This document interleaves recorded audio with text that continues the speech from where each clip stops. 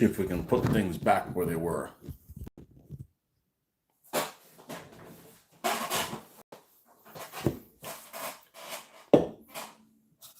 Yeah, we'll move stuff out here. It's probably pretty safe.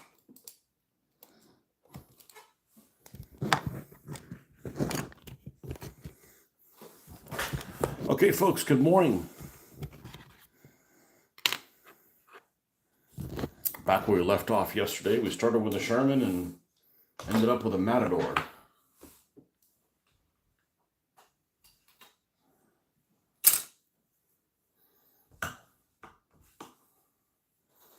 Move this out of the way. All right. Putting this old model together here that I've never put together before.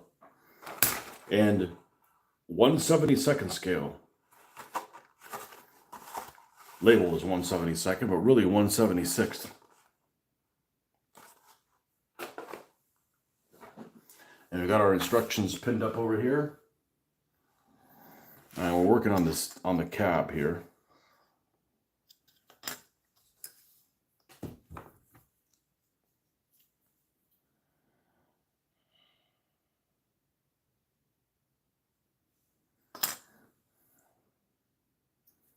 I'm not really thrilled that I don't care which one of these blades I use.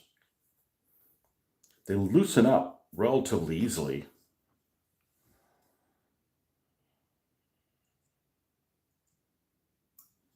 Just a little bit of a burr that we didn't take off of that.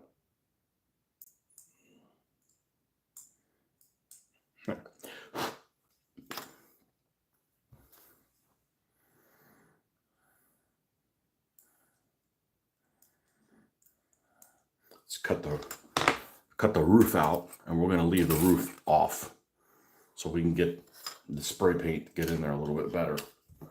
A lot less trouble. We're not going to put windows in. You know, if it includes windows, that's fine. If it doesn't, you know, next thing you know, you got to put windshield wipers, and, you know, it just goes downhill in a heartbeat.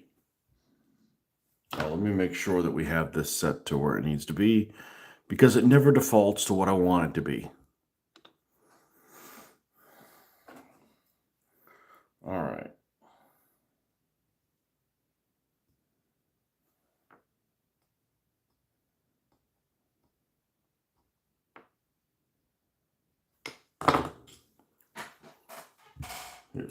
Here's that little guy.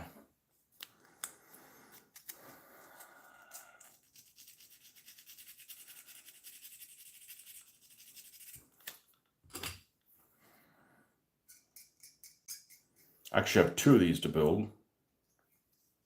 Sometimes you feel like painting and sometimes you feel like building. I didn't want to go back to the plane during the week because I was realizing I wasn't getting very much done during each particular session. Oh, look at this. This thing has a crack in it. Got a little bit of a crack in that piece. So let's mend that.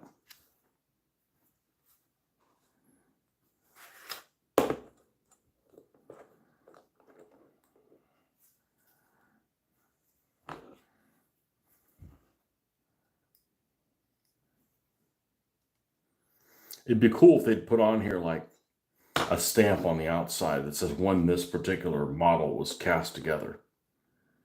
And just see how long this has been sitting in somebody's storage for. Just out of curiosity. All right, I'm going to set this off here to the side. There's the cab for it. And they don't give you anything to put in the top there. No machine gun or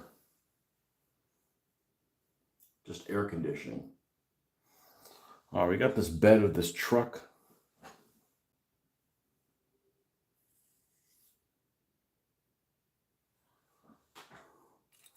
It looks like it's this piece. Piece 17. No, this is 7. That doesn't make any sense.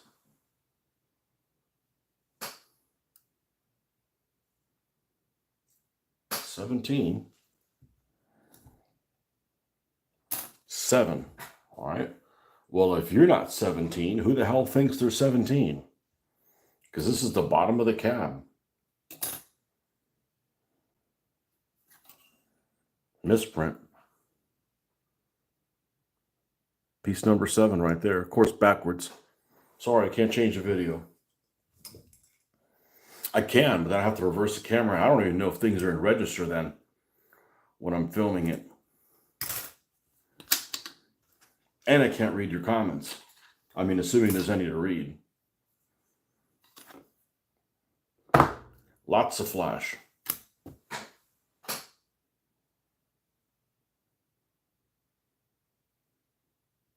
Yeah, there it is. 17. 7 is the... Well, it doesn't matter. That's why we were born with a brain, and hopefully we use it. Trust no one.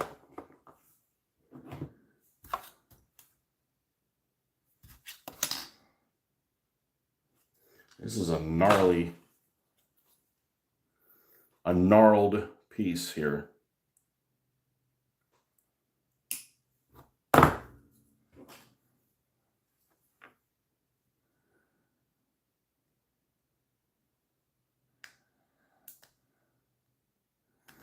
Got up a little earlier than normal.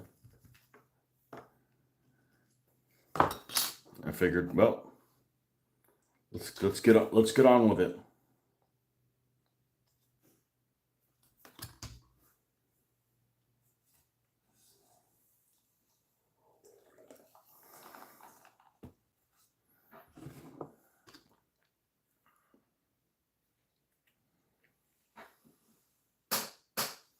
All right, this piece is closer to the end than this one.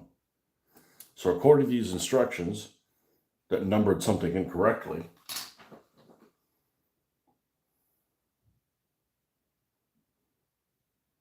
'17 and 19 should go along the long pieces. Let's see if these are labeled correctly. 17. No, 18 and 19. 18 and 19. That's these two. All right, let's cut these two pieces out.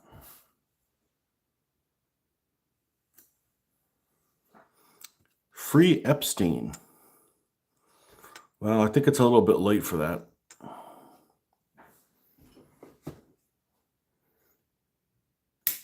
But you really should pick a better username than that. Maybe like somebody who wasn't like one of the world's biggest assholes and didn't even know how to have a nice mustache. Come on, man.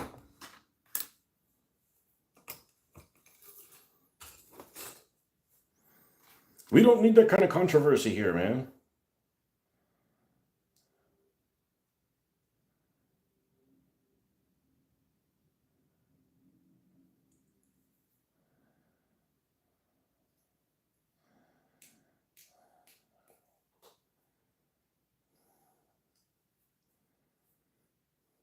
There's a little door here.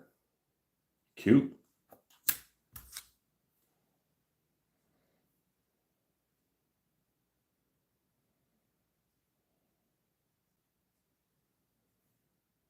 And there's another little door here. Now, the handle's probably at the top, which means this piece is going to go here. Yep, fit them, that's good. And this one goes on the opposite side. Yeah. Over here.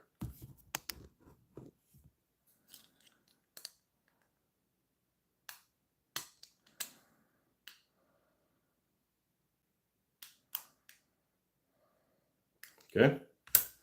That's good. The only thing is there's these little casting marks here. We'll try to reduce those a little bit.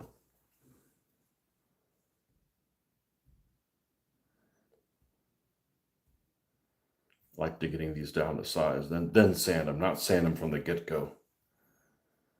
This one I think is actually negative, and we're not gonna fill in gaps. This is a $2 model, which means that the truck is actually about $1.50 and the gun's 50 cents. Judging by number of parts, it's about what the breakdown should be.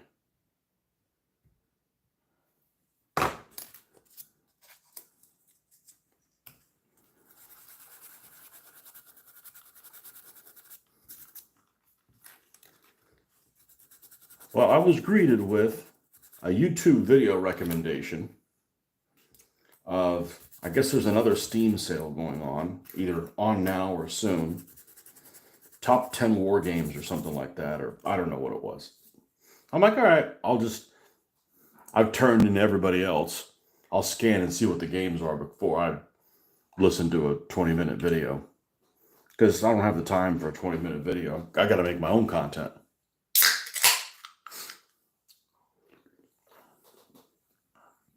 I skipped around, and the second video that they showed in this particular video was a modern war game, modern land combat, tanks, and some Warsaw Pact full of gap type thing. And I don't know about you, but this war in the Ukraine has made me less interested in modern stuff than more interested in modern stuff. And I've played modern things before. Combined Arms, I think, was a rule set that we used. And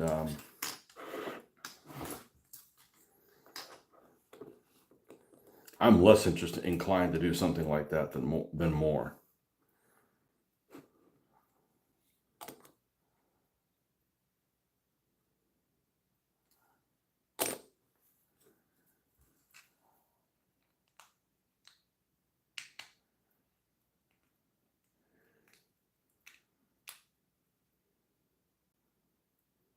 It's like, bam, we greatly overestimated the Soviets back in the day. I don't know what it is, but it just seems like it wasn't a very good fight to begin with. In those set of rules, you put like an M1 out there, they're like basically unstoppable.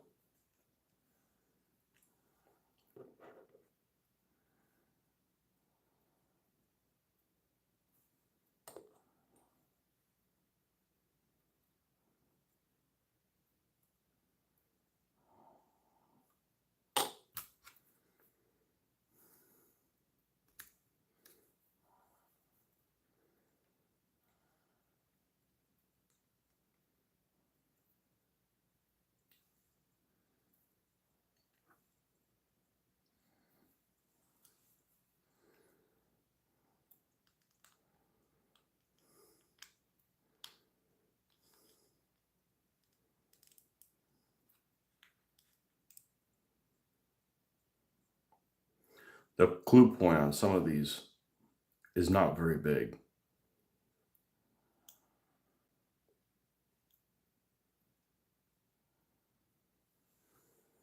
And they're just constructed in a way that I would have not assumed they were that way.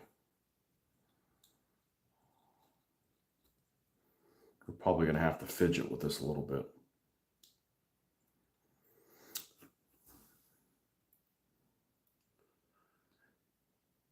Assuming it's this way, not the other way. I'm starting to think it's the other way, which is the way I would have wanted it to be. Except it didn't. Thank you. Except I didn't feel like it was gluing correctly. So I'd rather sit on the ledge than connect to it. Didn't seem like it was fitting that way right. Well, that's why we use this cement, so.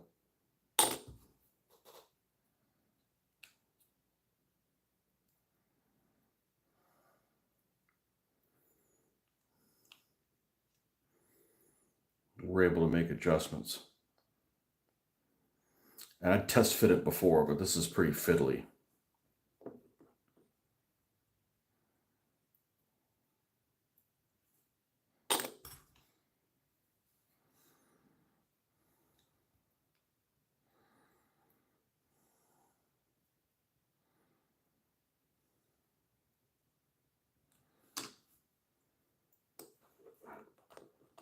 What's up, King G?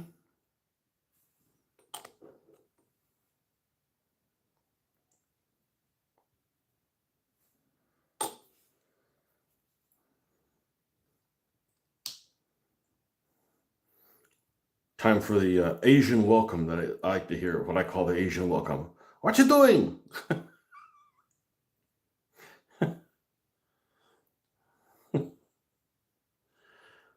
Most common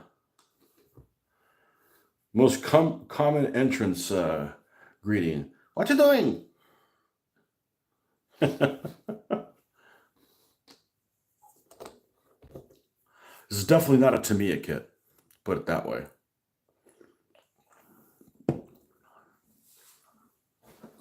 Although I do get to build one of those soon. And not in 1/35th scale. Because I'm a scalist. Okay, that's the top of that. There's some scales I'm just not interested in doing. I've done 1/35th scale. I'm not going back. We're not going to war game in 1/35th scale. So, okay, on the side that has this towards the end, right? Which end cap does it have? 20 or 16? 16. So the one that doesn't have that's weird. I would have thought it was the other way. Well, not if this is towards the inside of the truck. Okay. So this one without, I'm going to cut them out individually. Let's not get too ahead of ourselves. My fat fingers, I know. Your fingers aren't fat. That's not what we carry our fat, and you know that. There's nobody walking around and going, man, that guy's got some fat fingers. Like it usually the size of your fingers go with the rest of you, you know?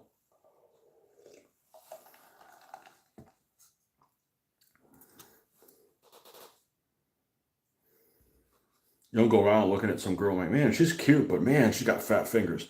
Although I have seen several girls like, man, she got some hairy arms, like hairy forearms. Like, I mean, I guess if you like that.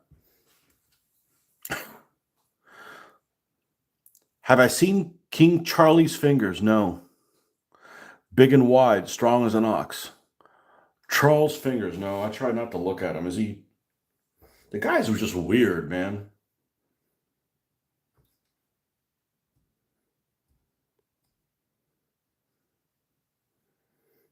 Why you guys got such weird royalty? I don't know. They're all inbred.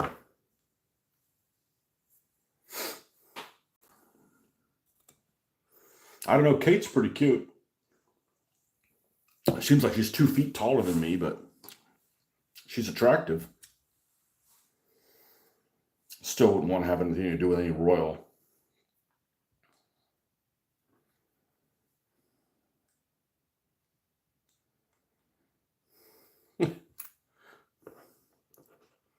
Uh-oh.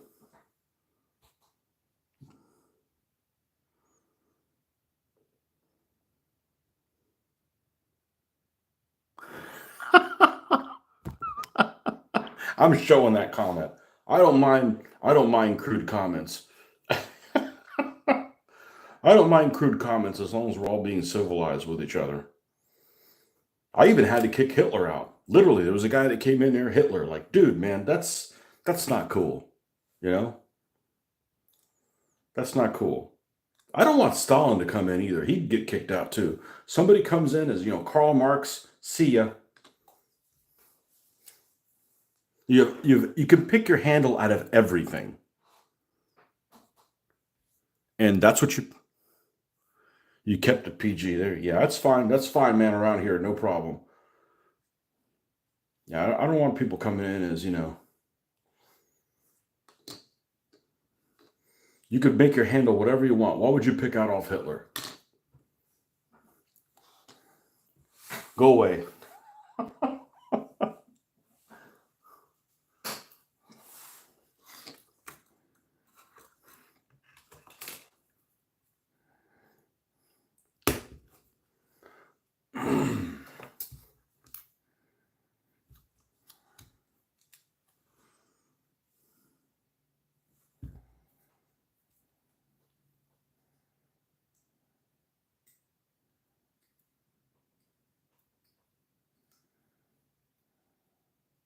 It's funny because that's a term I use a lot. Hot. Man, that chick's hot.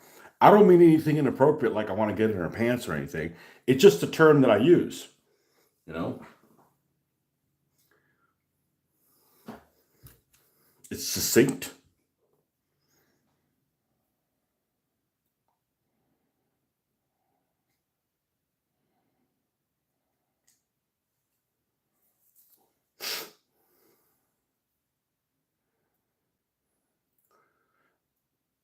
There's one guy that I don't know him, but I know his brother. Posted on Facebook this morning and posted a picture of, I don't know whether this is on a show or something like that because I don't really watch these shows, but showed the King of England. It might have been Bremerton. What's that one where they change all the characters to people of a different background that never existed. So yeah, the King of England is a person of color, disabled, and homosexual. I'm like, yeah, I don't want to see shows like that. Like, you're not going to learn any new history about it. Just make believe crap. Like, just create a game. If you want to show people that are, what's the correct word? Marginalized people. Okay, people that haven't been shown. Like, make up your own storyline. Make up your own storyline. Like, make up Game of Thrones or whatever. Race swap. You don't learn anything good. I had a guy that I work with who was a person of color. He's a black dude. And he's my favorite person that used to work there. He doesn't work there anymore. And I'd tell stuff like that. I said, what do you think about when they take, a character that is traditionally of one gender or of one, I don't want to use race because I really don't I think race is just stupid. One ethnicity and change them dramatically into something completely different. And I told him, I said, the way I look at it is, let's say you wanted to be inclusive, which I'm all for doing. I mean, there's some people that have never had representation. Okay, cool. Why give them a hand-me-down character? Why give them an old, used character? Like, create a new character for them. It's kind of like saying, oh, well, I've got this one kid. All right, we'll buy clothes for him. Oh, I got this other kid that's marginalized. Well, he doesn't get any new clothes. He's just going to have to deal with a hand-me-down clothes with holes in it. I mean, that's the way I look at it. Create a new character for him. I'm all for, because basically the people that are used to having their character get their character taken away from them, and then the people that haven't had a character before get a used character. Like, that's not cool. Now Disney cast a Downs as Snow White. Is the Snow White girl have Down syndrome? I don't know. I mean, just come up with a new story. It's not like the Snow White story is that fucking great. Create a better story.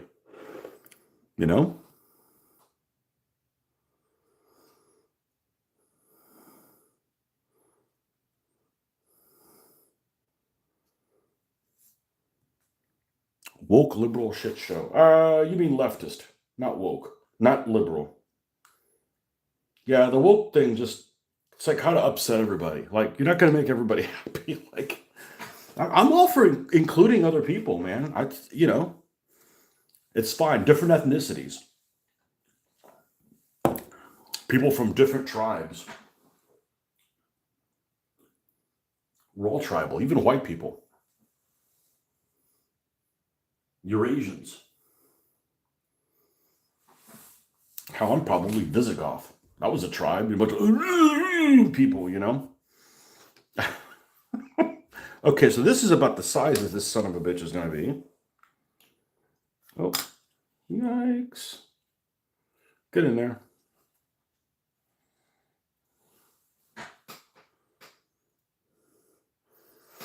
And now the part of Kareem Abdul-Jabbar will be played by Peter Dinklage. Yeah.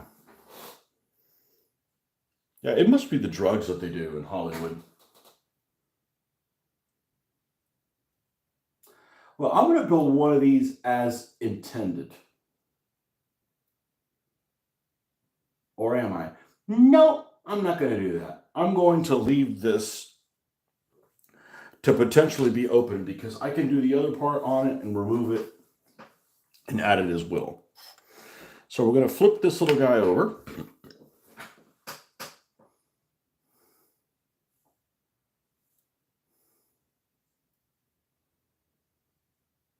And now we're going to proceed to put a bunch of needless things on the bottom of it.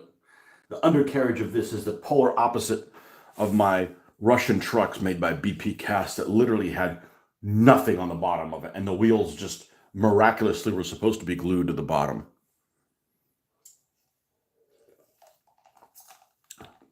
But anyways, Ulf.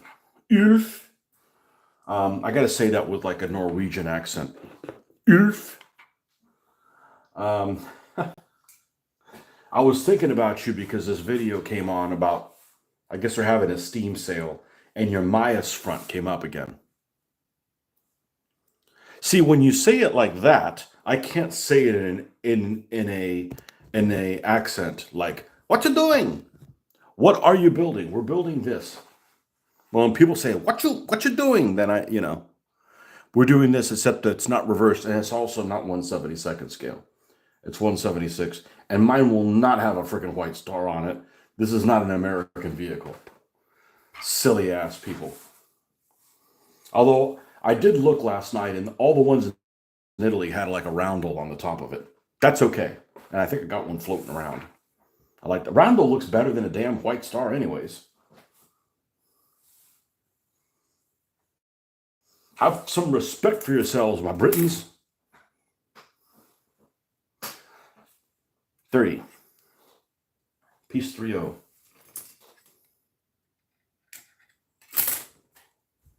One of the things that's the fiddliest that I really dislike, I don't think this one has it, is two-part wheels. So like you got a wheel that's like the outside and one that's the inner half, and you got to glue them together like this, and the seam line is where the tread that you also, so not only do you have to fiddly put the things together, they got to line up, and then you got to trim them too. It's like, now you're just being difficult. I'd rather have multi-part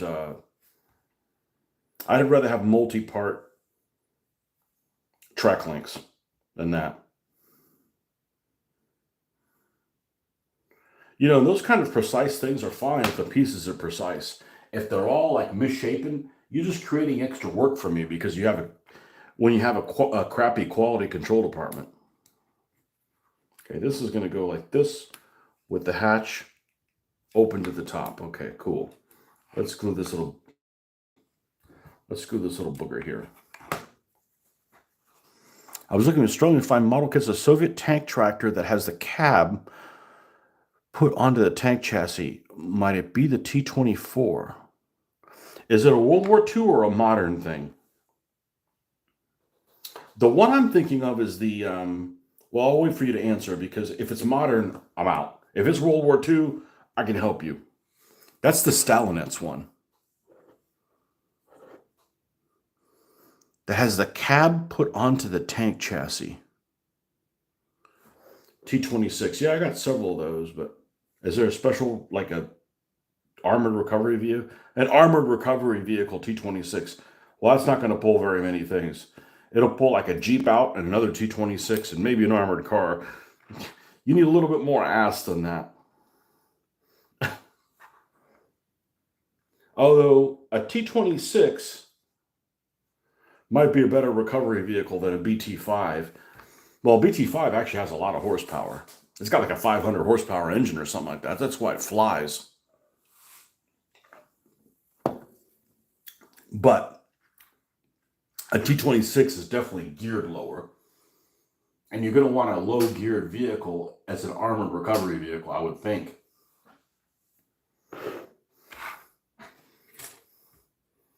As I delve into popular mechanics. This is piece number 28. Okay, I bet all three of these are the same. But we'll go ahead and put the mandated one so the Airfix gods don't get upset.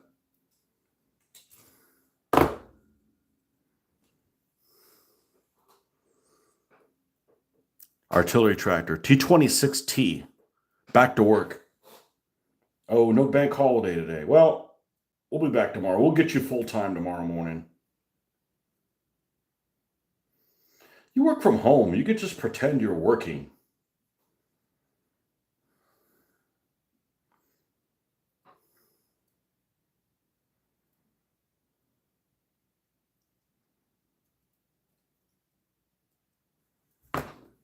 I'd say happy Friday, but it's not Friday yet for me.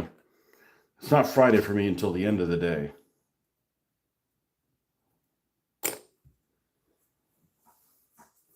Now, I don't think I'm going to roll into painting these guys anytime soon. Not because I don't want to, but because, you know, we have to finish the painting things we have. But like this morning, I don't feel like spending only 30 minutes on the plane. So we're going to do a deep dive on that tomorrow morning, where we can be on it for a couple hours.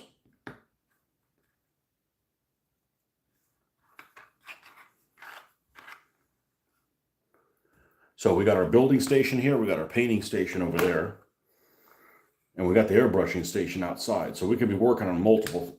Yikes. That's not how you grab that.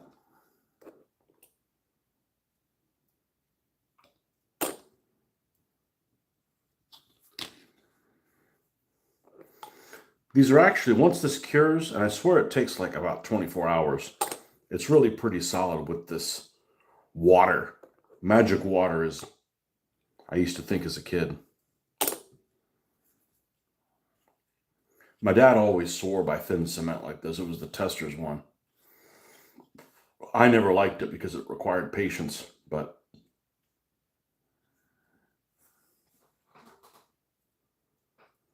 do I have a collection? Yeah, I'd say so. I got about over 200 vehicles probably painted now. Got to do something. But I picked these up. I went to a model show. I don't know, I got probably $150 worth of stuff. It's just absurd amount of stuff I got for.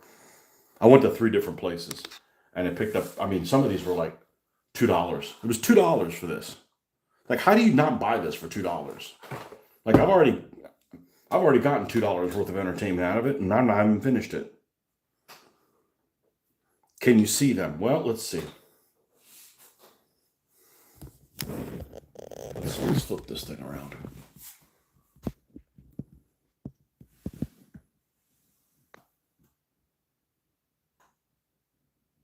They're all back there, all 172nd, 176, a couple 187th, but they're all to be used together.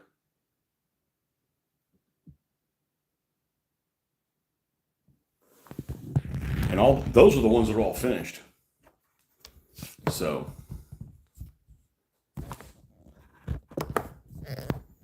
and the planes, for the most part, are all going to be terrain pieces, like a crash plane that needs to be, some pilot that needs to be rescued. Yeah, and they're all finished well. Not like, let's put it together and okay, done. You know? And then I got stuff like I picked up, like this was free. This was like a destroyed Panther. I didn't build this. Like somebody's kid had this, and it looked like they built it, had all kinds of wrong stuff, had to fix it, and had paint that was slapped on here. We're going to make this a knocked out Panther. This is just the initial paint color on it. You know, we're going to do weathering and stuff. So I'm working on a couple different things at once, and if I put something away, come back to it later, kind of thing. There's no sense of urgency. Like I need to, as long as I'm working on stuff, it doesn't really matter what order I do it in. I allow myself the freedom to hop around if I want to, as long as I'm working, as long as I'm not buying things and like, okay, that's cool, and collect them. Like I went to this model show and the guy said, so I said, like, I think he made something to, he said something to me, hey, buy all you want. And I'm like, no, then I'll end up like you. And he's like, well, these aren't actually my model kits. This is someone who passed away, a friend of his or a guy that he knew, and he was selling stuff for him or selling stuff for his estate. And he said the guy had over 3,200 models unbuilt. That's a problem. That's if I have too much stuff to work on, I feel like it weighs on me. You know, because If you build these things and never paint them, you're still getting enjoyment out of them. But if you're just buying shit, you know, I don't know. I don't get it. I've bought stuff before and not done anything with it, and I don't feel well. It doesn't make me feel warm and fuzzy. But we all have our addictions. Mine's eating.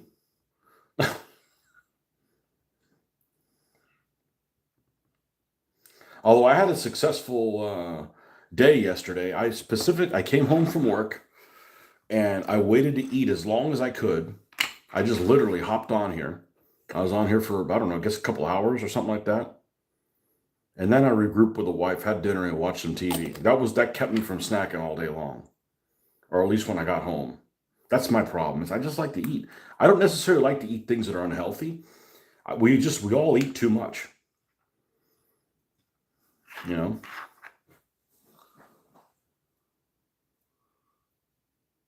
Okay, we got piece 26 and 27 that are probably exactly the same piece.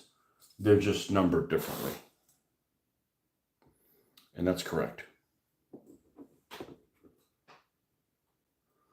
You got your fast food orders memorized. Well, here's the thing about fast food. I'm not tempted by it anymore because it sucks. It used to be, it's always been bad for you, right?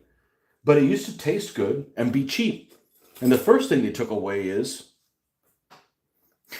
I don't know if they took away the tasting good or the cheap part out, but now it's not cheap or tasting good. Like we don't eat we don't hardly go out to eat anymore. And when we do, there's no point in going to really cheap restaurants because the food sucks. You might as well go to the next tier up restaurant. I used to go through McDonald's when they had their dollar menu, just not because I liked it, because it was just something easy. You want people to lose weight? Get rid of drive-through windows.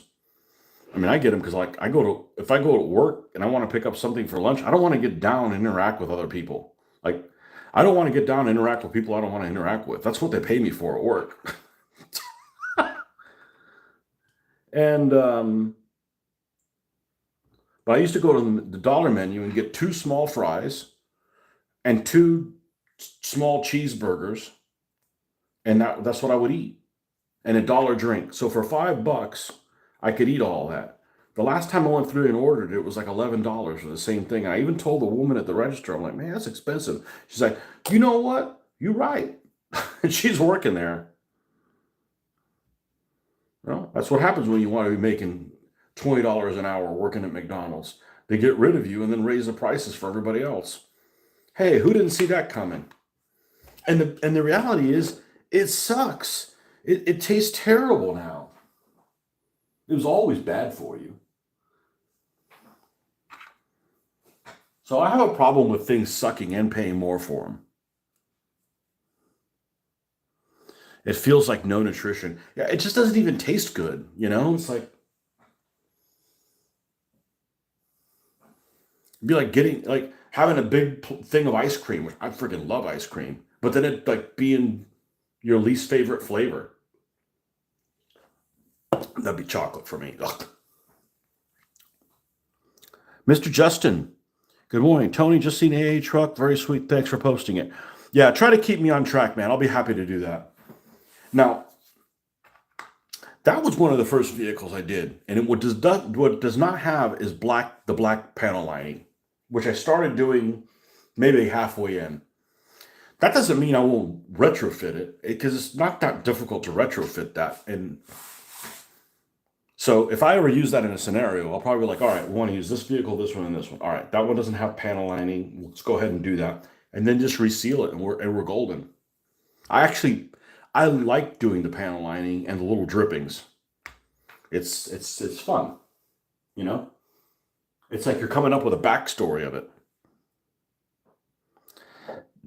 A McChicken here where I'm at is $3. They used to be $1 a piece, and they weren't worth that.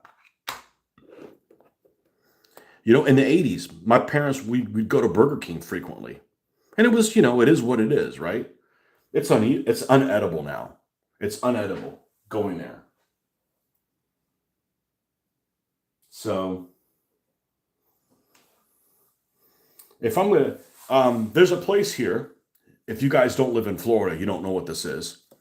Maybe somewhere in the South you do. There's a chain barbecue joint that supposedly started close to here called Sonny's. Sonny's Real Pit Barbecue or whatever it is. And they used to have this thing they call the big deal, something like that. And it was a pork sandwich, which you can get on garlic toast. Actually pretty good. With a little sack of fries and a drink for $4.23 with tax. You know, $3.99 plus tax. I think is what it was. And it wasn't that long ago that it was available for that price. And now I went through there one day, a couple of weeks ago, and I got a sandwich, and it was like $15 I'm like, I'm sorry, my salary didn't go up 6 times or 5 times or whatever. Like,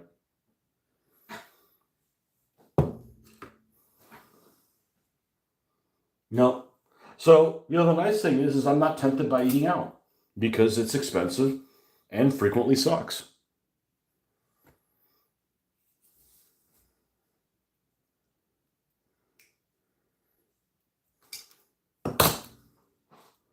Good morning, Marcus.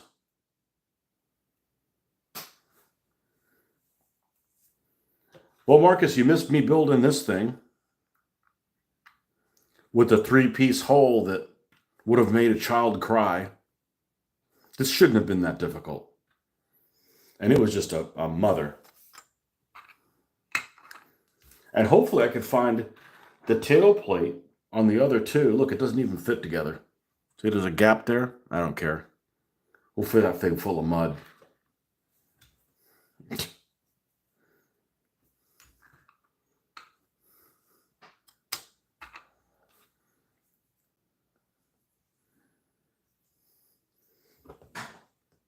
I have a feeling I'm really going to like those Shermans when they're done, how they're completed.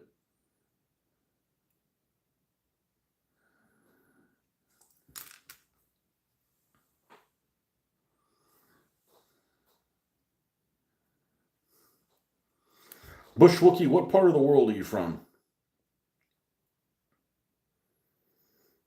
And if you don't want to tell me, you could just send me your coordinates.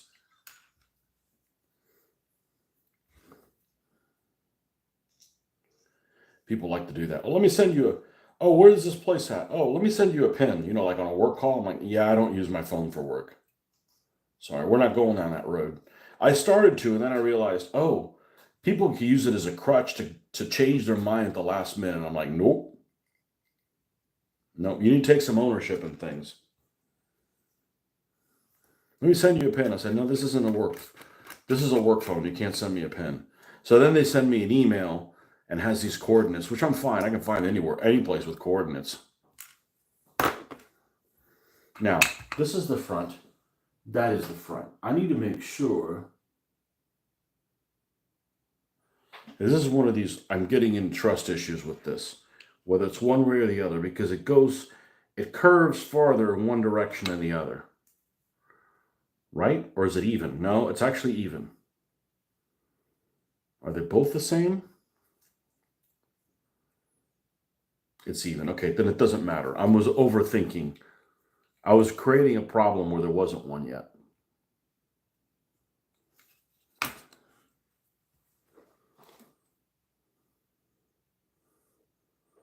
Southern Indiana.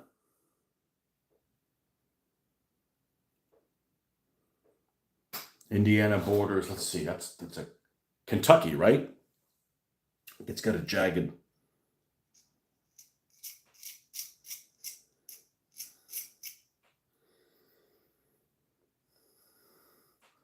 The only states I really have to think about where they are in relation to each other, I always get confused with Minnesota and Wisconsin. I know they're right there. I know they're right next to each other. I'm not sure which one's in front of which one. And then thinking like, oh, Minnesota's like way out. I mean, Minnesota's on the other side of Wisconsin. You got to give me like a blank United States to fill in the thing and I can do it. I bet people can't do that anymore. I remember in 5th grade, you had to You got to name all the states and the capitals. I doubt they do that now. And my dad, when I was like 7 years old, he gave me this globe. I remember we lived in Alabama. He gave me this globe, 7 or 8, definitely one of those two, that had like the mountains. You could feel it, you could feel the mountains. So you could like rub your hand over the Andes, and it was a political globe. So it had all the countries in different colors. And I learned the capitals that way. I'm a map nerd.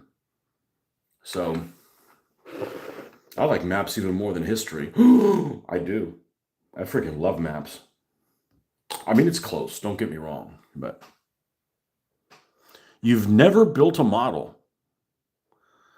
I think the truck will look good when I'm done. And you know, there's something to be said about playing a war game and building trucks, especially a skirmish war game, because these things are deadly, man. This thing can run over a whole cackle of Germans, and it doesn't even have to be at a Christmas market. Too soon? We haven't seen that yet in a war game, But we got several Schwimmwagens to do. I got a couple of Jeeps to build. Some of these, I'm not in a hurry to paint this. That doesn't mean I don't want to paint it. We got to finish the plane, So we're going to try to keep painting things over there and not start jumping around and jump between a building and a painting.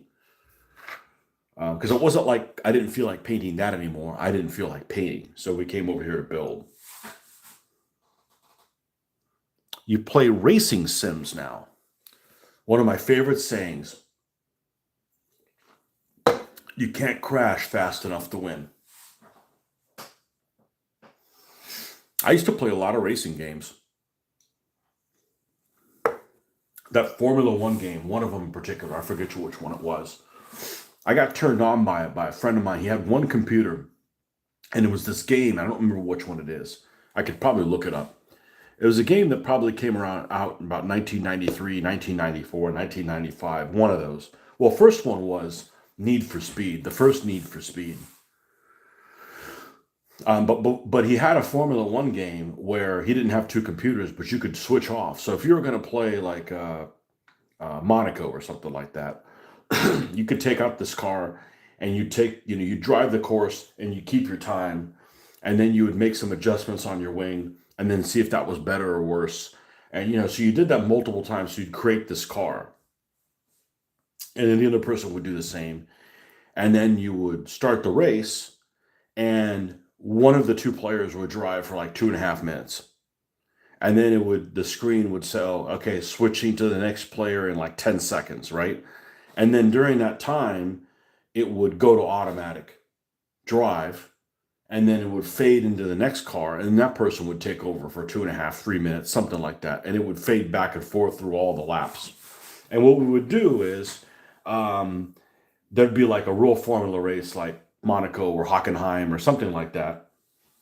And we would watch that race, and then we would race the race in the game. And it was inclusive. Like I felt like I was part of something, not just watching people race and you're like, yay, like, I don't know. That's the thing I dislike about sports is just everybody just sits around watching other people play with their balls,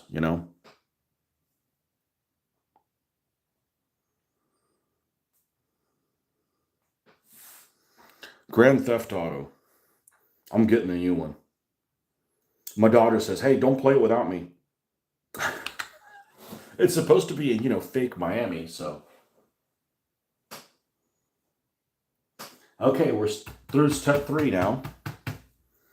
We're done with step 3. We've gotten all this stuff done except the top. I'm skipping the top because I want the top removable. Just like my Opel Blitzes are the same way. We'll glue these pieces together and it'll all be, bam, removable if we need it to be. We did step 3. Step 4 is makes one of these Eschi trucks get jealous. Like, holy undercarriage, Batman. So, we've got to start off with a frame, which hopefully does not need a lot of trimming. But it looks like I'm going to be wrong. You know, these Airfix kits are a weird mix of a lot of detail and a lot of flash in places they shouldn't be. Like, they've got a tow hook. You would think that, okay, this is an old model, but there's a tow hook. Like, okay, that's pretty decent. But then you're like, oh man, there's a lot of flash around this son of a bitch.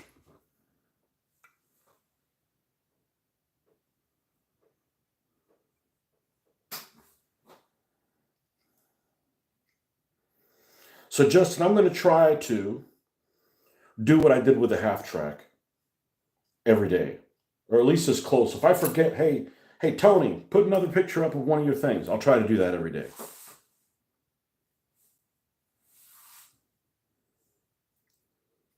You want to do the other AA half track tomorrow? I'll give you something to look forward to. That way you have something to look forward to when you get up in the morning.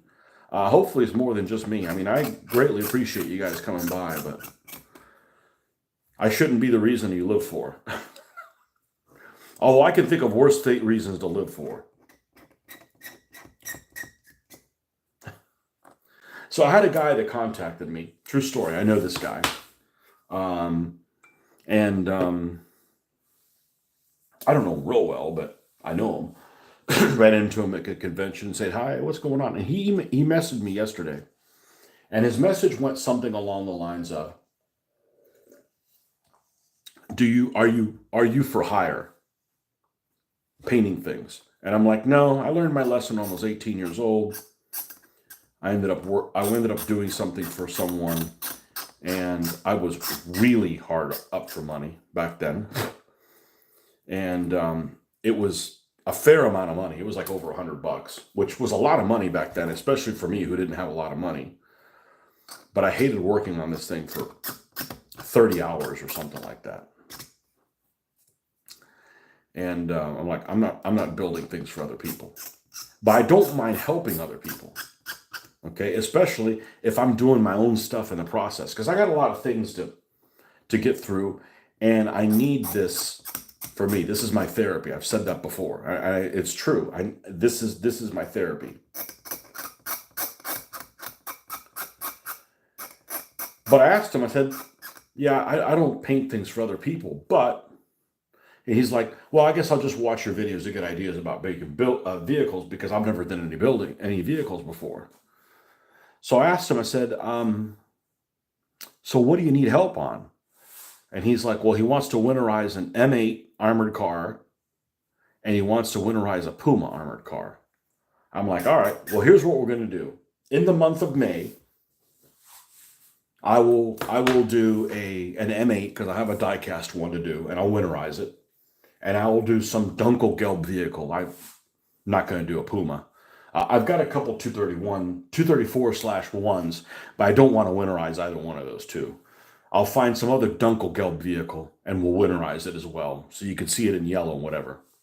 And I'll film it. Now, like I told him, it's got to be a live session, because I don't want the responsibility and if I was unemployed, if I was retired, it'd be different. But I got a full-time job that's very stressful. I don't want to add you have to film this video, like say Painting Panzers does, and putting it on. I'll do live sessions. And I'm not going to jump around. So we'll do the M8 armored car, and that's all we'll do until the M8 armored car is done, and then we'll do something else. And if it's 2 sessions, if it's 4, whatever, we'll do that. And I said, that way I can help you out and I can get something done. That I don't mind doing, but I don't want to sit there and like make a video on how you paint, because I did it. I started doing it, like how to paint a tank or something.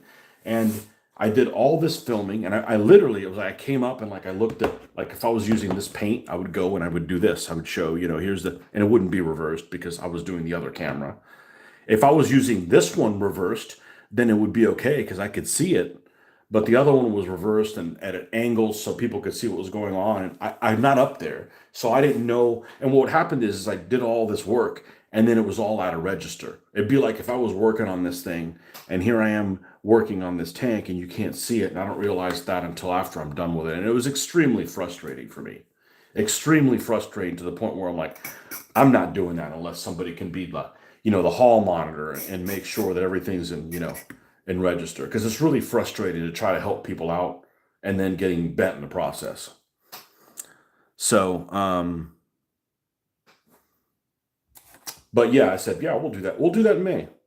I don't know if I'll finish it in May, but we can start it in May. Probably do the M8 first. I'm not a snow camo expert, but I've done a handful of things in snow camouflage, which I had never done before, and I really surprised myself how well it turned out. Like, I'm floored. But again, it's not my first rodeo. See, why did I put it? I said, it's not my first rodeo. I've just never competed in this event before. Something like that. It's just experience. It just gets to the point where it's like, I haven't done this before, but I know what doesn't work. So let's not do that. And I'm really good at fixing mistakes. I make enough mistakes of them. I'm really good at fixing them. And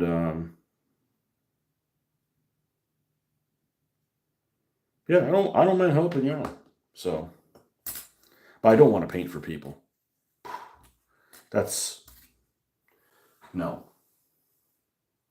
I do not want to get into that. Okay, so it's got a tow hook on the front and the back.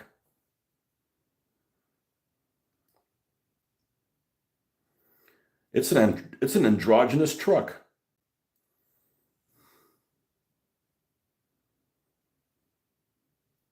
You paint one of them morphodite trucks?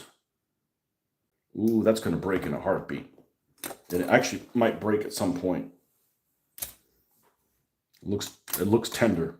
All right, let's hold that like that, and then we're going to put 32, which is this gas can, or half of this gas tank, or something, wherever the hell 32 is.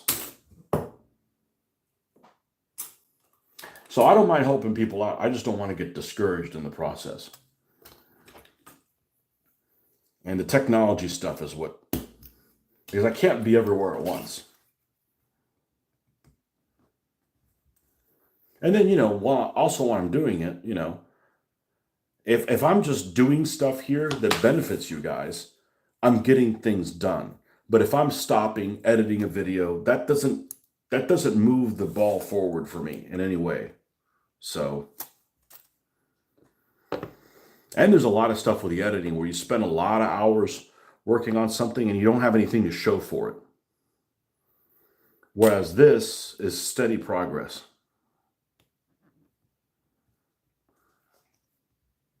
Okay. 39 is a little nugget that goes there. It's already warmed up. That little fan was... The only thing I didn't like about this room was that it didn't have an overhead fan, and I think we kind of solved that with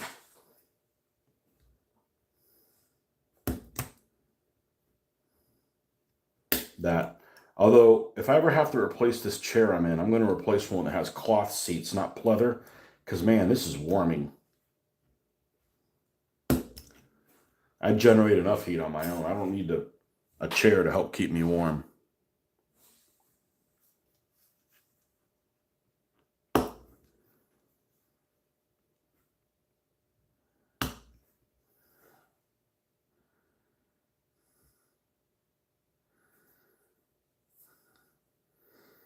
And the other thing is, if I go and I make a dedicated video on how to paint Shermans or something like that, and spend a lot of time making the video, editing, all during the time, I'm not getting any of my stuff done and not getting any of the meditation, we'll call it meditation, done.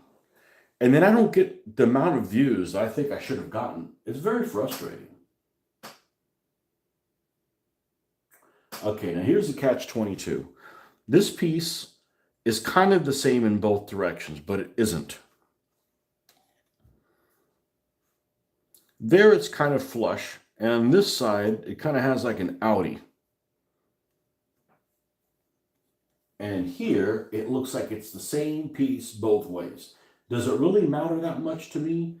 No. But that little distance could make a difference if the rod doesn't reach. So what I'm going to do is I'm not going to glue it in for now. We're just going to set this little bastard right there. And now we'll do the thing I dislike doing almost more than anything else on building trucks. And it's putting these damn leaf springs on.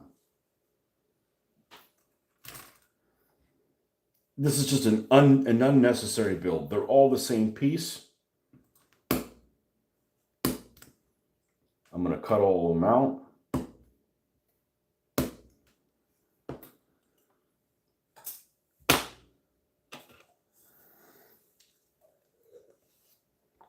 So I told my wife yesterday, I said, I'm going to get home. I'm going to do hobbying first. I'm going to have a snack like an apple. I'm going to do my hobbying first. And I'm going to try to eat dinner as late as possible so that I don't need a snack.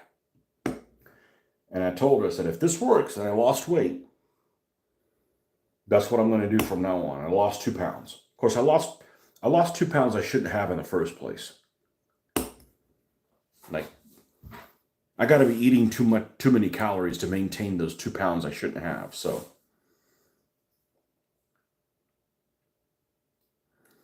I'm usually good. I'm good in the mornings. I'm good at lunchtime, and you get the dinner. It's like you have dinner, and then you have a snack, and then you have another snack later. And I'm like, okay, we got to stop that. Because when I'm hanging out with you guys, I'm not eating anything. I just eat too much. And it's not necessarily Cheetos, bad shit. I'm just saying, you know, have an apple, then some carrots, then some pretzels, that, you know. So that worked.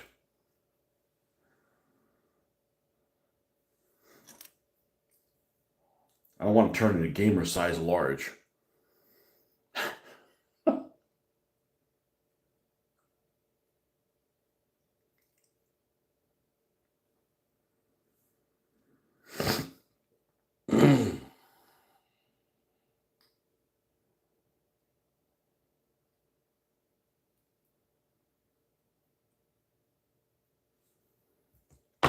All right.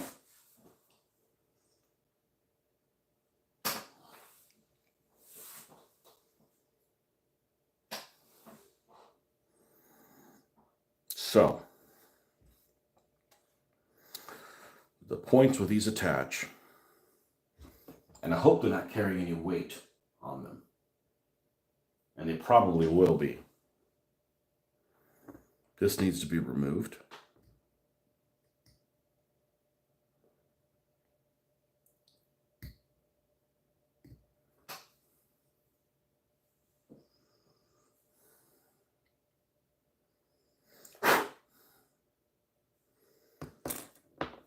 Now, these have like a little nub, a little prong.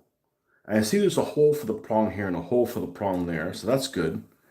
And there's kind of a hole there. It's awfully large.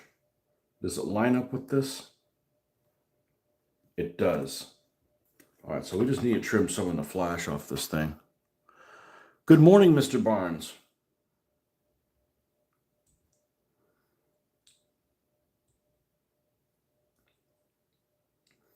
Is this a Yorkist vehicle?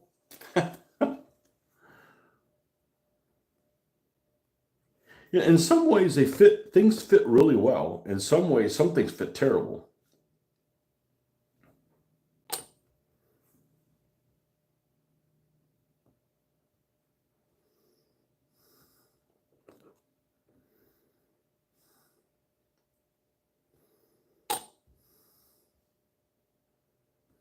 The prongs over here. Not that it makes that much of a difference. Just kind of keep it from slipping out of place. Which is the problem if you're building any models that don't have locators on the parts.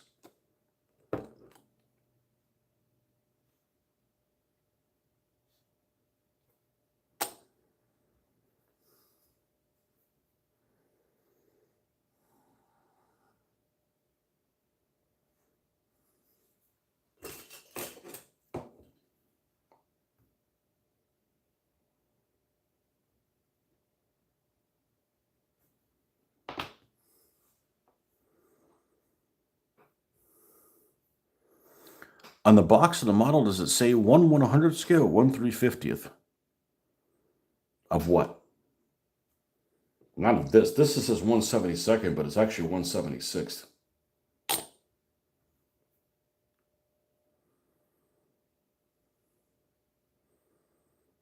Good night, chat. You're hitting the hay. Oh, you must work nights. All right, man. Thanks for coming by.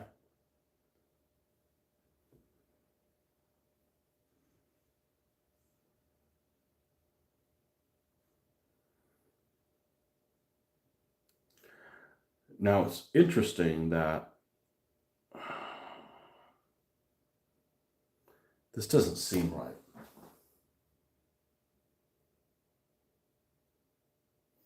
This doesn't seem right in that if you look at these hinges on the front, see how they're flat? You look at the ones on the back, they're cocked at an angle. Something queer is afoot. Well,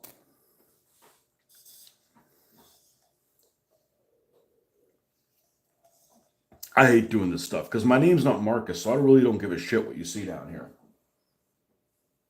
Meanwhile, I got Russian trucks that don't even have a suspension.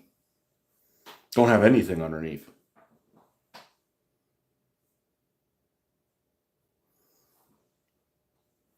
All right, where's this long ass piece?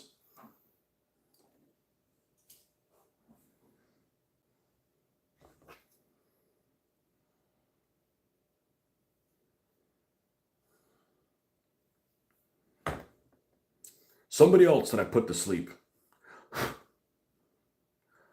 It's not just you, Ulf.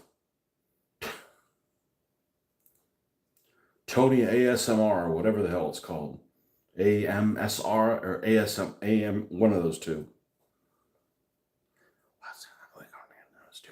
And then we're going to put the little piece here. We're going to do that. I can't stand whispering because I can't hear it. There's a lot cuter people that do that than me.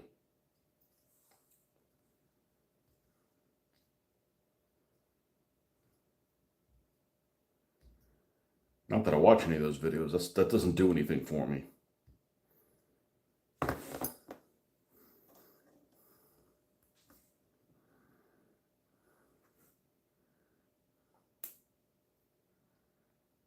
Okay, these prongs are too, they're too long. So we're going to, instead of cutting the prongs down, I'm going to enlarge in the hole. And we're going to remove this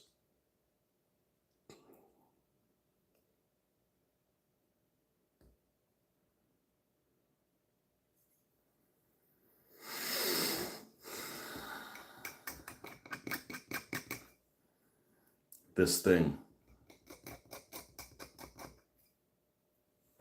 Marcus, the undercarriage inspector. Let me see your papers and the underside.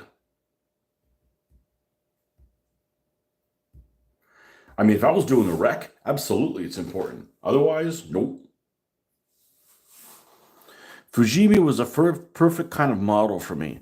All the interior detail that would never be seen. So I don't have a problem with that. What I have a problem with it is that they'd give you all this interior detail, but then they would have this machine gun that was on the top that was a completely make-believe gun. Like it was supposed to be an MG34 and it looked like one of those blow dart guns from Thunderball. Like, not blow dart guns, one's a spear gun. Like, I'm not a mechanic. I'm fine if the pieces underneath are inaccurate. Well, they could have been inaccurate as well. Okay, I can see light through here.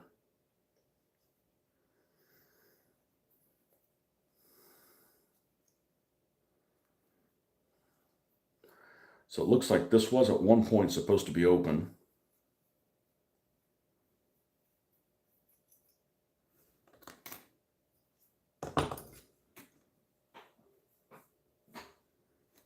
Fujimi had really good box art. I got a couple of Fujimi T-34-85s, or at least one of them with tracks. The other one doesn't have tracks. Maybe I'll come across them.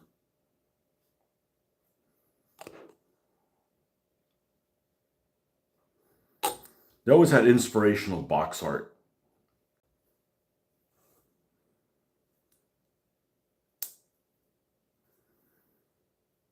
The last Fujimi model I have I actually sold, it was a Stuka. And the box art on it is just gorgeous.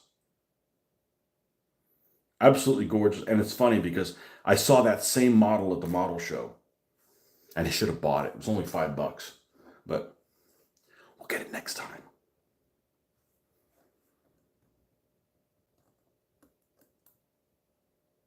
Okay, so I waited to glue this, and this one fits in there perfectly. So we're going to go ahead and glue this facing this way.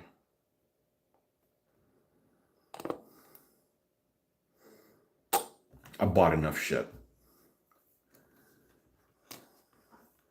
I made 3 trips to the car. I don't want to carry that stuff around.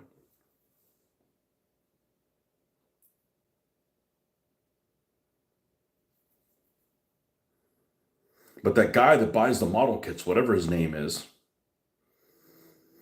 that has the model kit show, man, he's spending, if what he says is correct, he's spending like 150 pounds or something like that.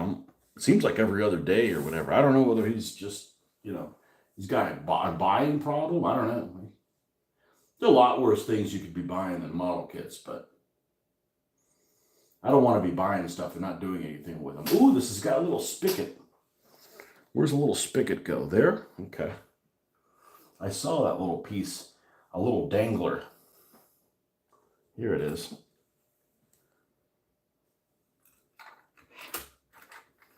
See if we can make this piece go fly.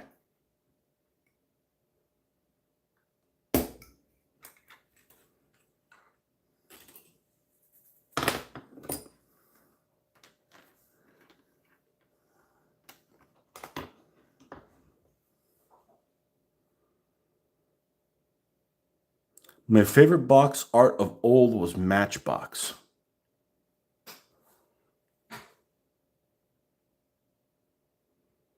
Avoiding all the bull by building a Matador.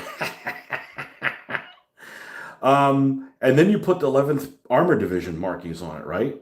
You build a Matador, and then you build it for 11th Armor Division. That has a black bull on a yellow background. It's the Spanish British Armor Division.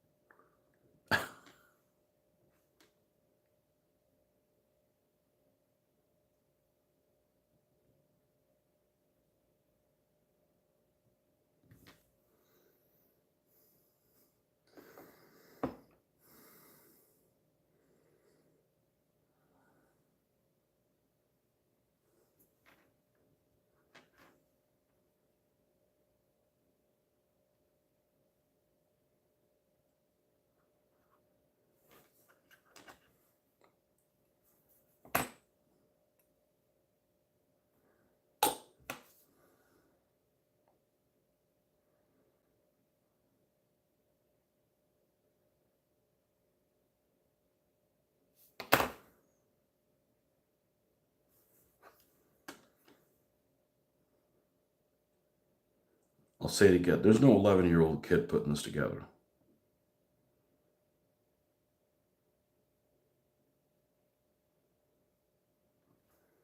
And the difference is you have to get your dad to put it together. The difference is when we grew up, people knew who their dads were.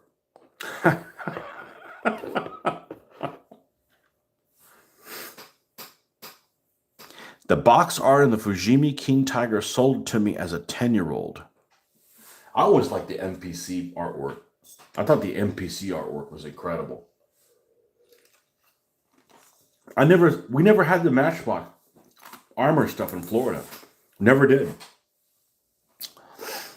Fujimi King Tiger. I'll have to check that out today.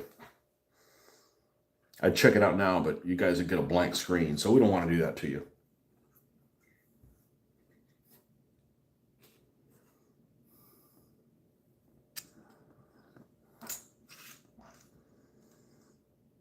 I know some of you Brits really like the Cromwell.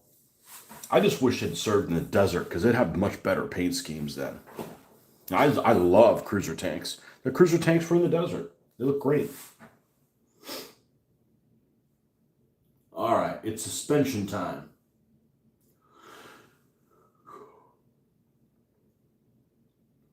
Piece number 44.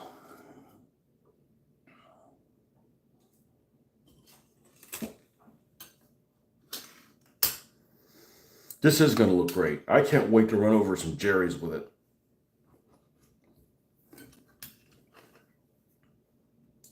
Well, that's not fair. They didn't deserve that. If it would just stayed in Germany instead of traipsing all over Europe, then it wouldn't have been a problem.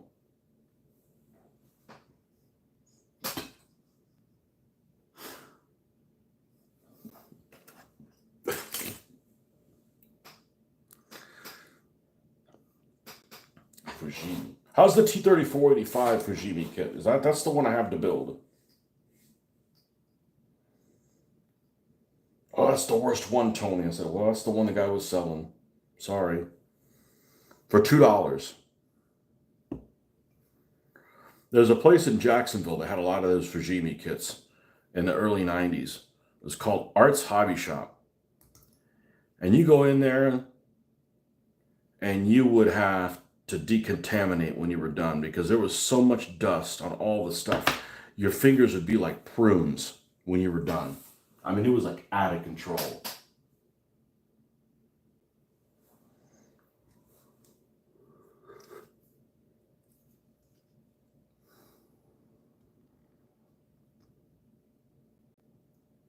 This looks like it would fit like that.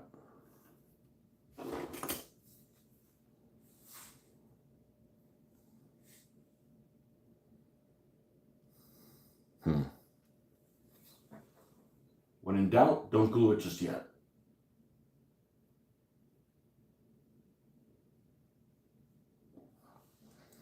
Right, we'll move to the other end.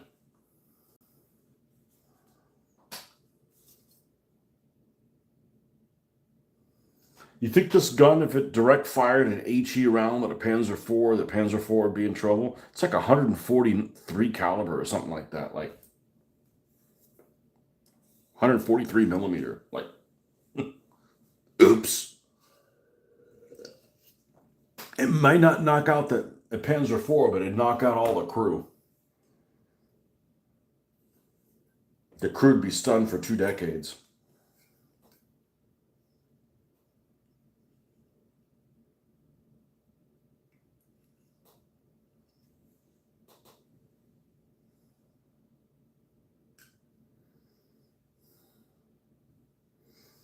Yeah, the driver with a sucky chest wound. I don't think we'll use him.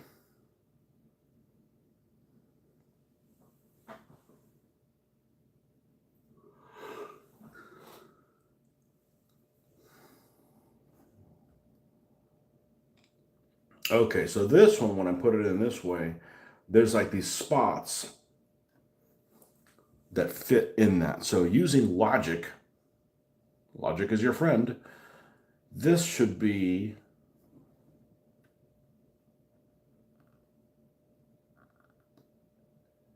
like that. All right, so that goes there. There's a piece that attaches underneath, which is piece 42. Is that this guy? Yep.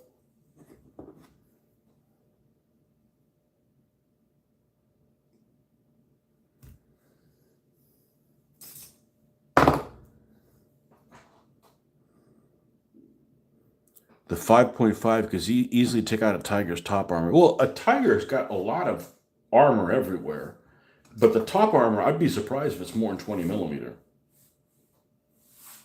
Might be 25, might even be 30 in some places, but it's not more than that. Yeah, but this is a direct fire roll, man. This is 200 yards.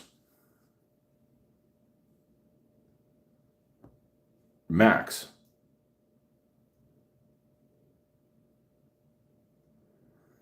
I think the 5.5s are only going to be useful to have them set up, and then somebody does like a little raid, and they happen to be there.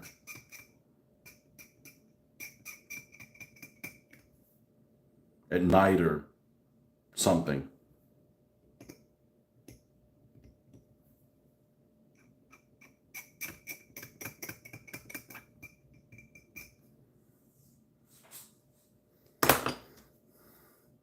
Brits are on some bully beef break or something.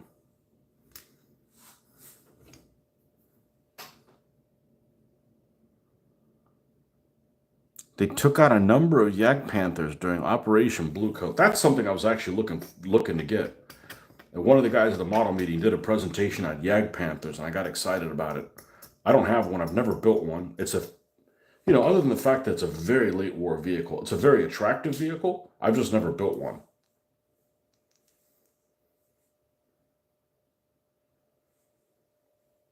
Now, let's see how the fit is on this.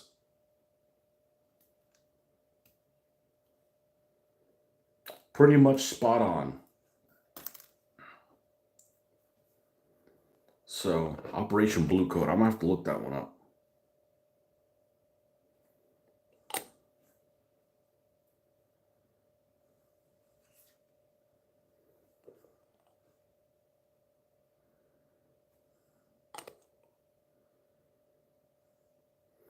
The problem with a lot of these late war German vehicles is they were really awesome, but they're in situations where they have, if the skies are clear, the Allies have resounding air power, and the quality of the crews. This isn't 1941 anymore.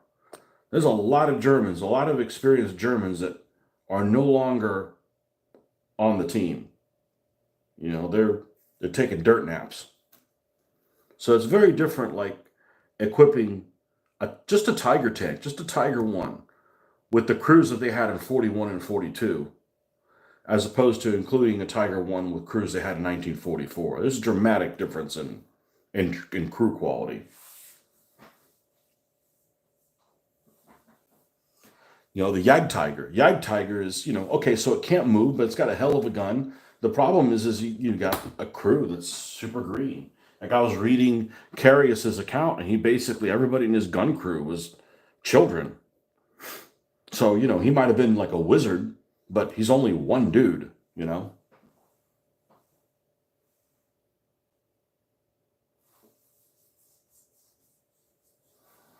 right, piece 45 is this one.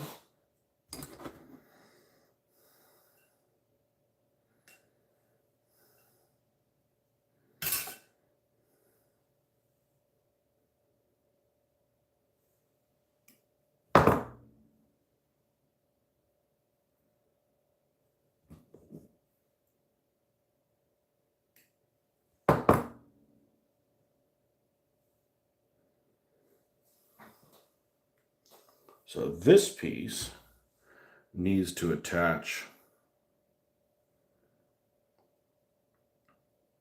like this to the bottom one over here.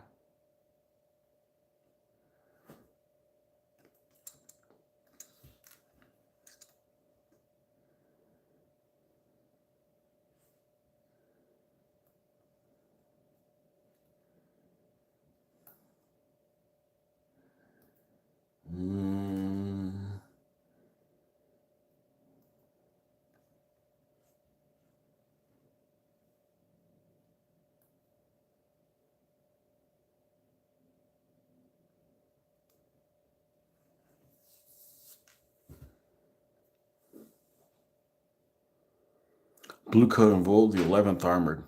Great symbol. That's a great symbol. A British tactic in Normandy was to fire 75mm HE rounds from tanks to panic the panzer crews as they couldn't tell the caliber of the incoming fire. The 5.5 was feared. That would be like, I'm just guessing here. 5.5 would probably be one battery in the regiment. They probably have like 2 or 3 units of 25 pounders and one of 5.5s. I could look it up in my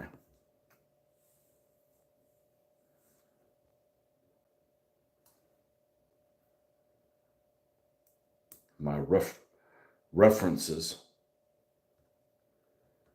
Okay, I think this needs to sit like this, but then this doesn't reach here.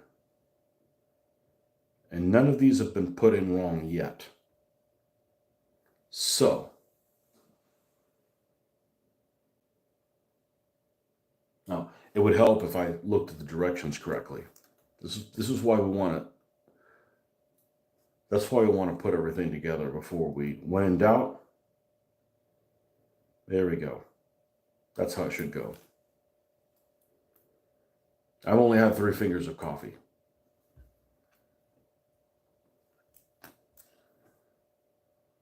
All right. Now we know that this attaches, how it attaches.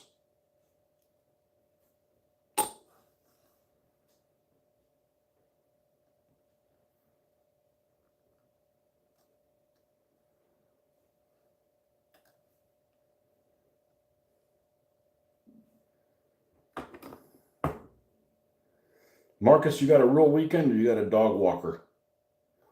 You got a dog walker of a weekend?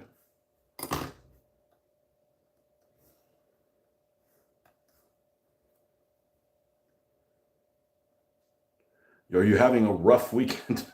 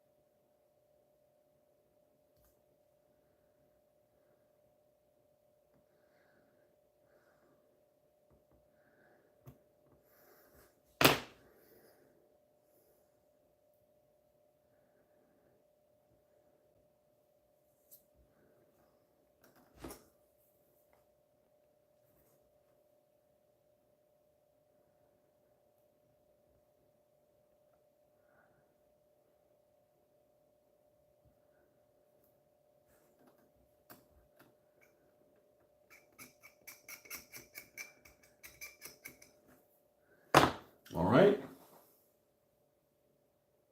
And we have one other piece 40, that fits on this one. And she's little.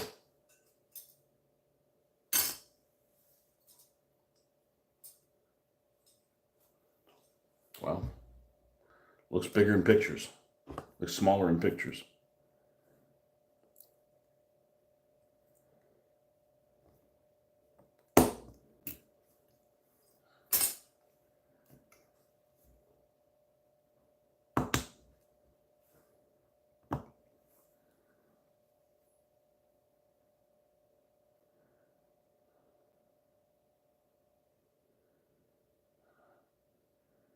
You guys actually did a stellar job yesterday, keeping me engaged. I know it's hard to do in the evenings, but it's greatly appreciated.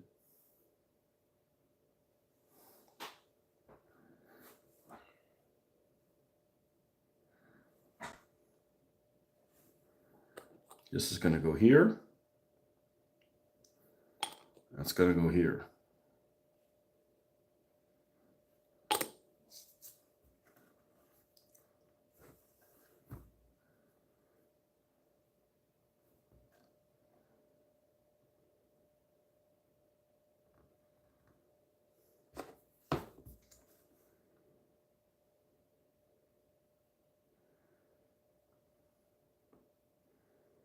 Okay.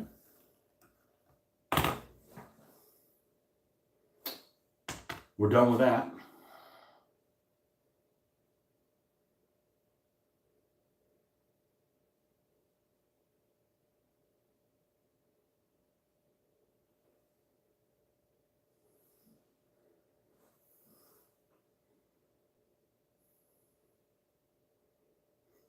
Well, how does this attach to this?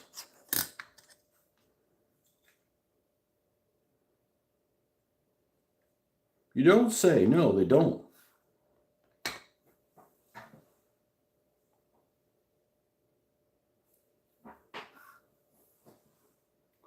Tent goes on this side. Oh, look, I've got a lorry.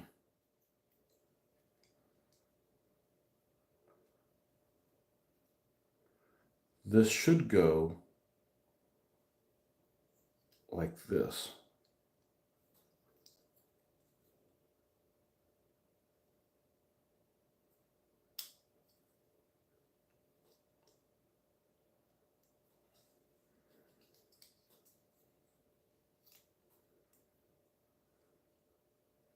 I bet that fits underneath there. That makes sense. They attach separately to the chassis. Okay, so they're not connected to one another. There's a little gap between the two then. Well, the hook that looks like it's going to break soon is the one on the front. That's good because we want the one on the back still around. If anything, I didn't know they had a hook on the front.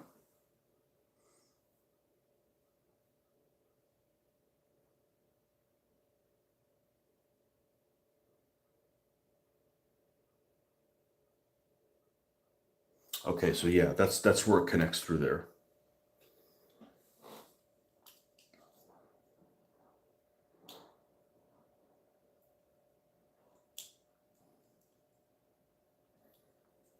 I would have never done this as a kid. Oh, you mean test it before you put it on? That's stupid. No, it's not. But the front of this just came off.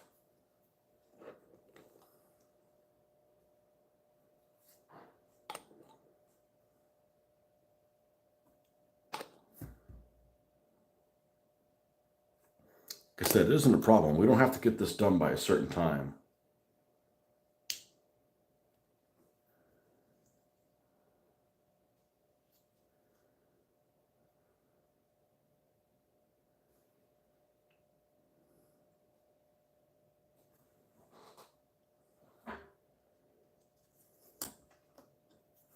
Eight likes. There's more people liking this than painting stuff? Okay. No, whatever works for you. I'm going to reduce the size of this spring. I think we're having issues getting it through here. So let's scrape some of this off.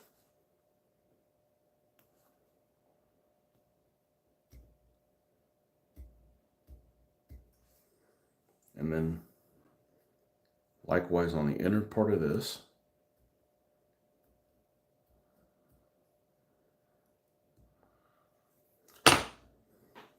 And now, this should fit in there better. And it does. However, I made this little steering column thing go too far through the bottom of the floor.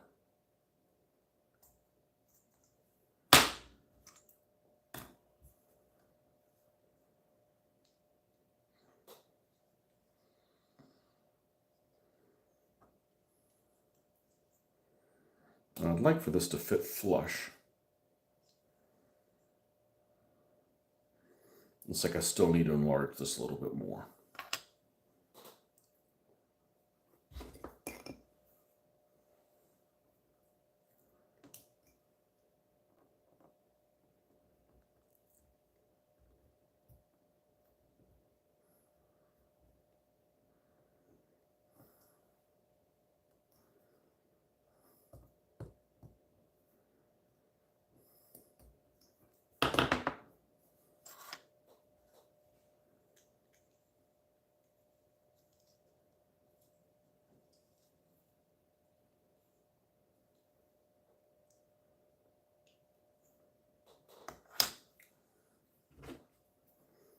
What is the meaning of this?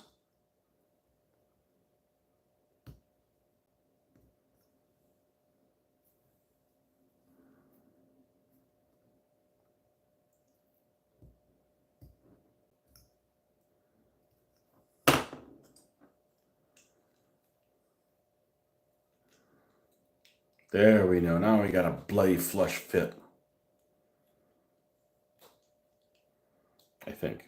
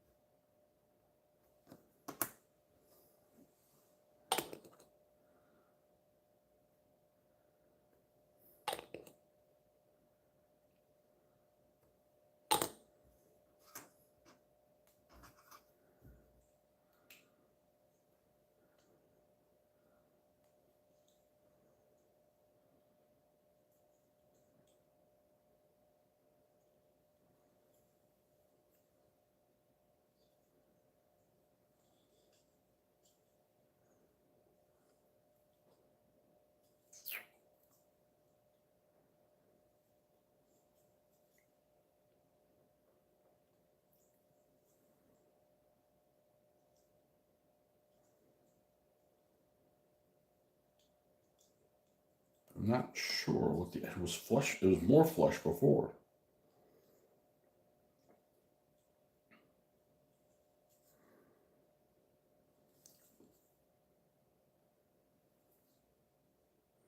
It's not hitting there.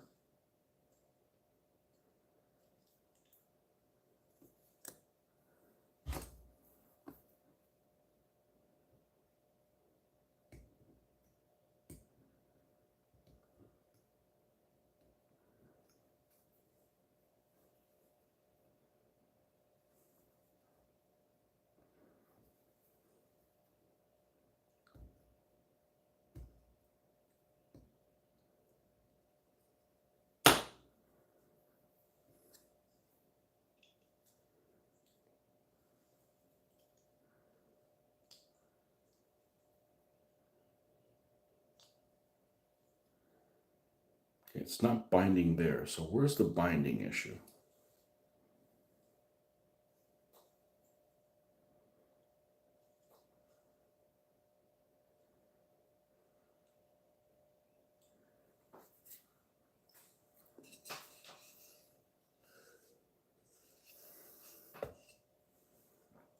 This is a white metal kit. F that. Like this material at least is easy to work with. Okay, if we have that flush there, there's a gap over here. So is there like a disconnect on something? All right, let me try one other thing. Maybe it's here. Let's move this out of the way so we don't have a situation. Maybe it's here.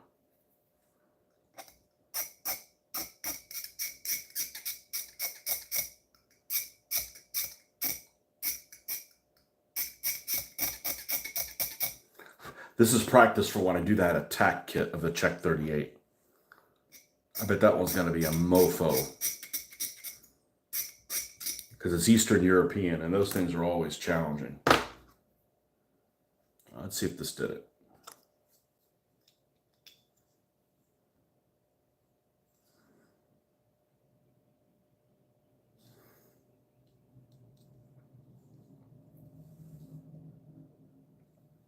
It's flush there. Not flush there.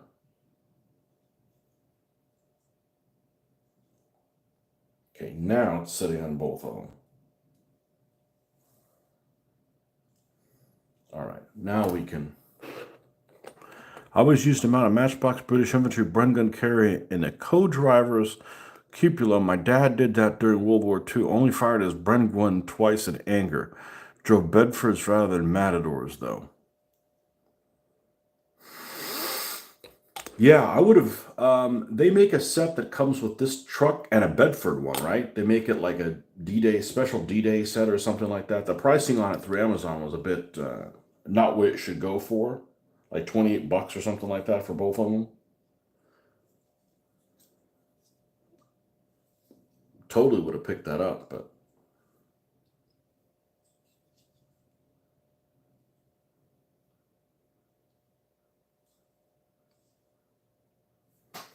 All right, let's hold on to that for a little bit. A lot less trouble than the Sherman. Really, the Sherman, the only problem was putting those three halves together. It's all right. Three halves. Wouldn't that be 1.5 pieces? The 3 pieces that make the bottom of the hull.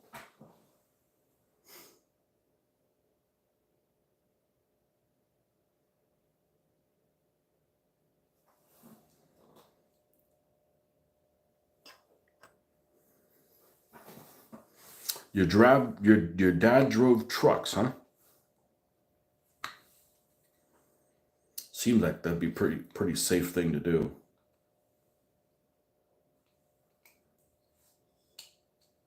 Allied trucks, anyways.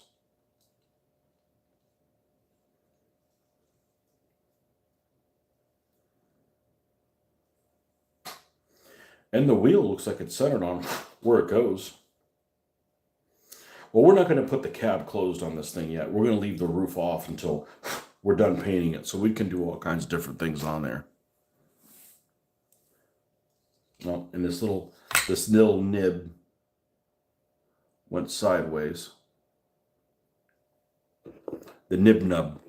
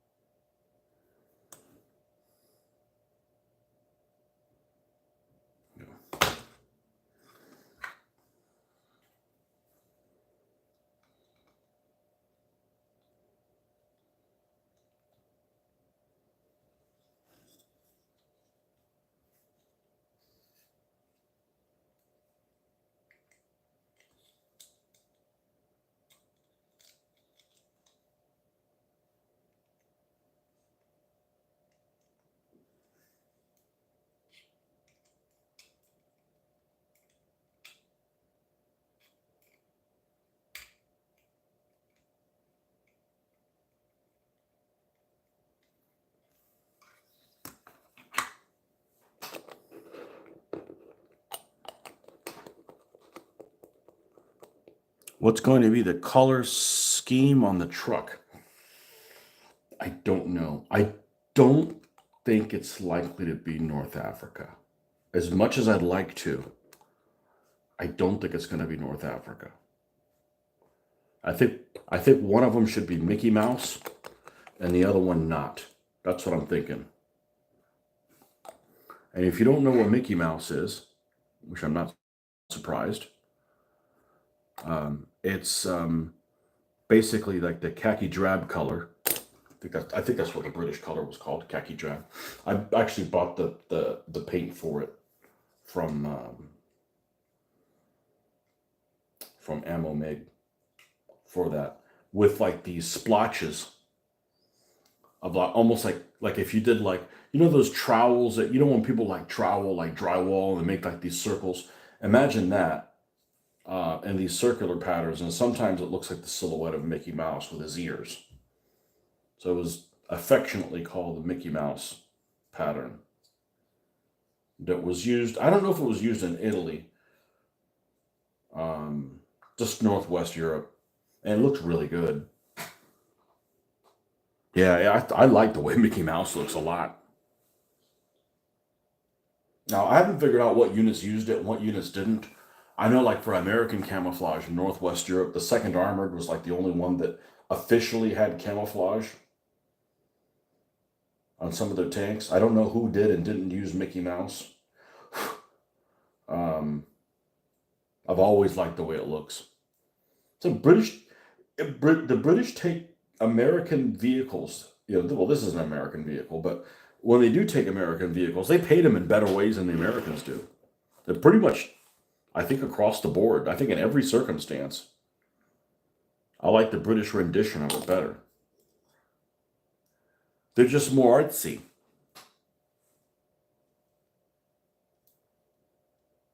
I think Mickey Mouse is one of those things that everybody likes. Like, I mean, yes, there's going to be that one guy who doesn't like the Spitfire, right? But like almost everybody likes the desert. Everybody likes the desert. Oh, you're doing the desert. Cool. And the desert is, you know, I think it's like what I said. I think both sides are really interesting.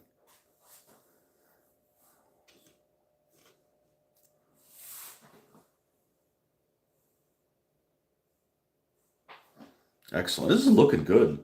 I was a little afraid of it being 1/76 scale and looking kind of small, but it's $2, man.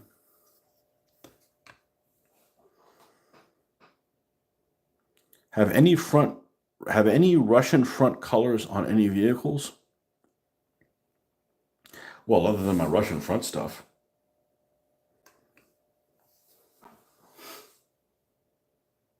I think I saw a picture of one of these got sent to Russian front, but Russians don't get their hands on these things, in my book. I'm anti-communist. We don't sell we're not leasing this to those commie bastards. They can use their own rink-a-dink Tonka trucks for that.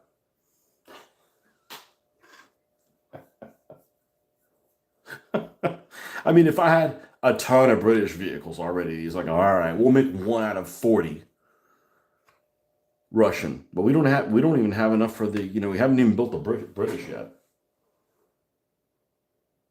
Which I have a ton of British figures that I really like. They're really good.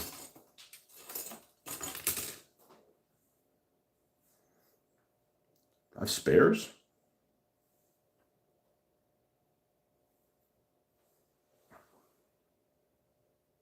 Oh, the gun. Well, 64 to 65 are the gun. I don't know that they're that much different. So these other ones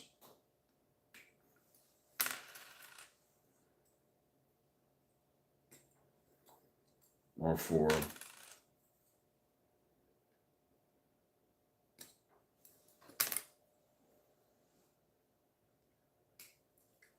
the Matador.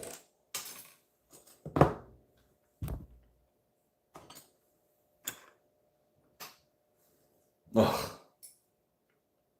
Is it yak shaving day today? Maybe I ain't shaving today.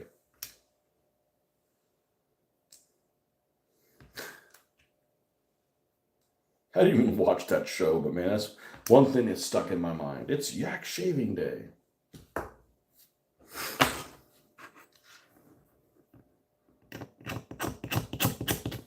Oh no, we don't want to cut on this holy of holies. I need to just remove it.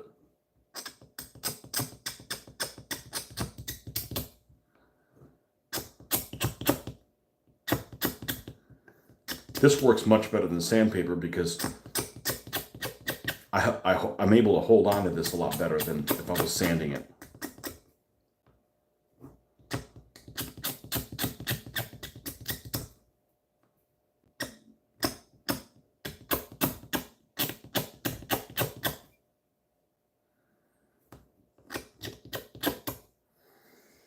Uno. Ole.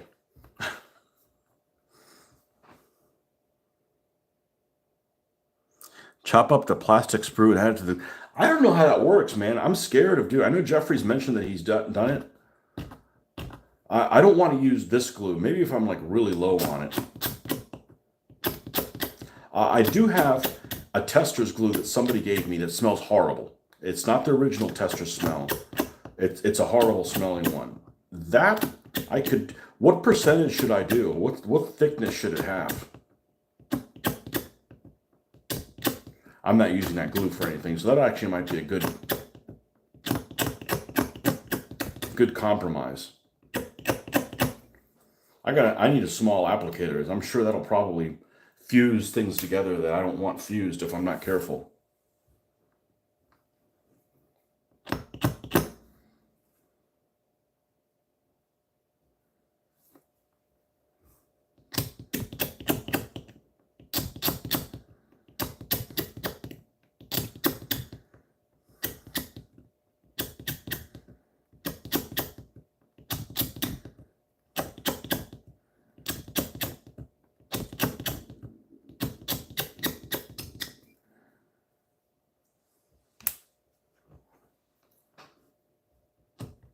Of course, there's probably YouTube videos on it, right?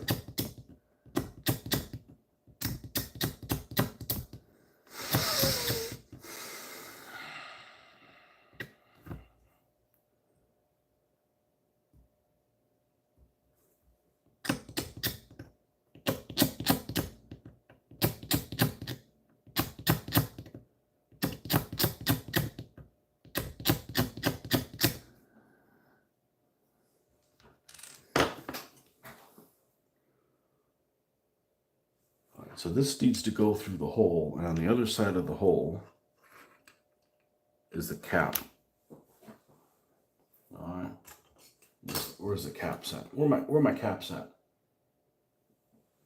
Okay, and this is caps 49, 51, 50, and 48. Okay, 48, 49, 50, and 51. We'll leave 50. We'll leave 62 and 63 here.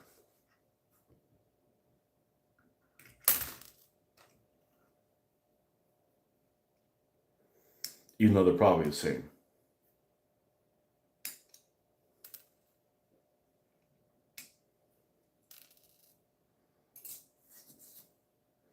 The Canadians use the 5.5. Boom! Sorry about that.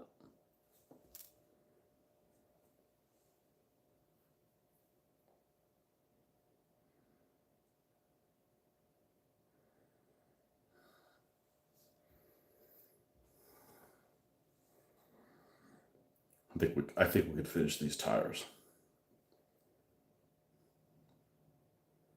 I live close to work. Although the other day that I went to the doctor, I left this area like 20 minutes later than I normally did, and the traffic is dramatically different. And it's not better, that's for sure.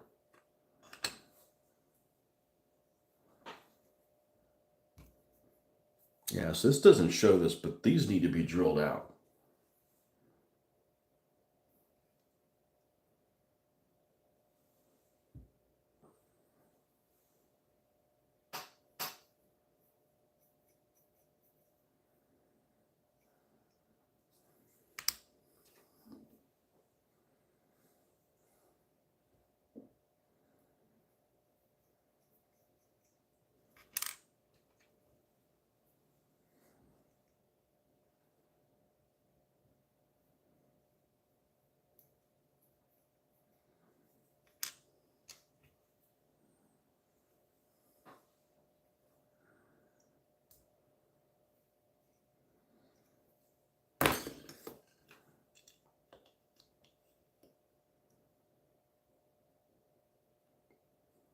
I'm not going to glue these now because there might be some finagling, and if I just kind of leave it and it shifts, while I come back from work, it'll be all like at a crick-crocked angle. There's nothing I could do about it. So this is where we're going to stop.